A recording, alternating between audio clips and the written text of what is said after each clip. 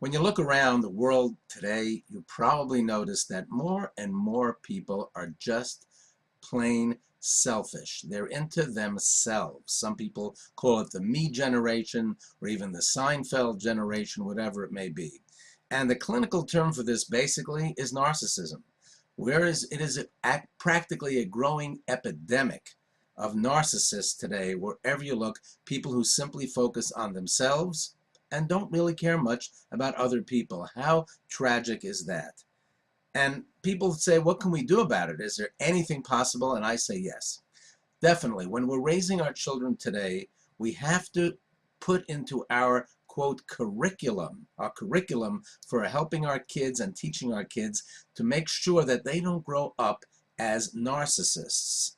And what that means basically is that we've got to get them connected to the feelings of other people. And I think that we can do it. It's something that can be actually taught if we know what we're doing.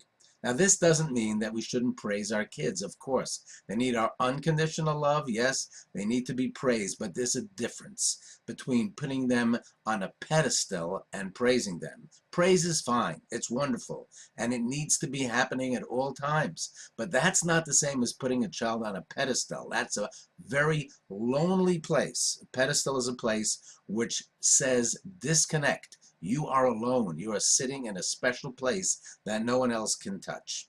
And that is dangerous territory. I say that you can teach empathy. It not only can we, but we must.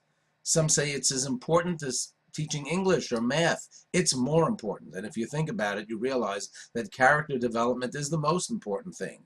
And no matter what we do, we have to understand that the foundation of health is being able to connect with our fellow man.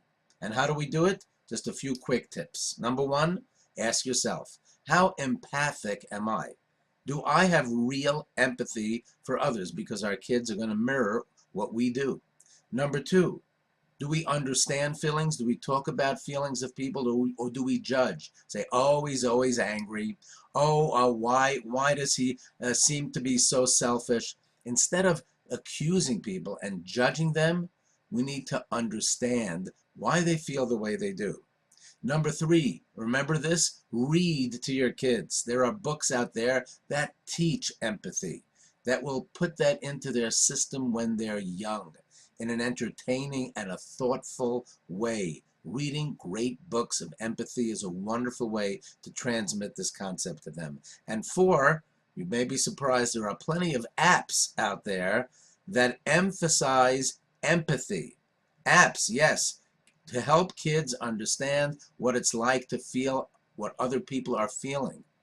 And since our kids are so into the technology anyway, we better get on board. Find those empathy apps and teach your kids how to use them. Four great ways to teach empathy and to avoid narcissism.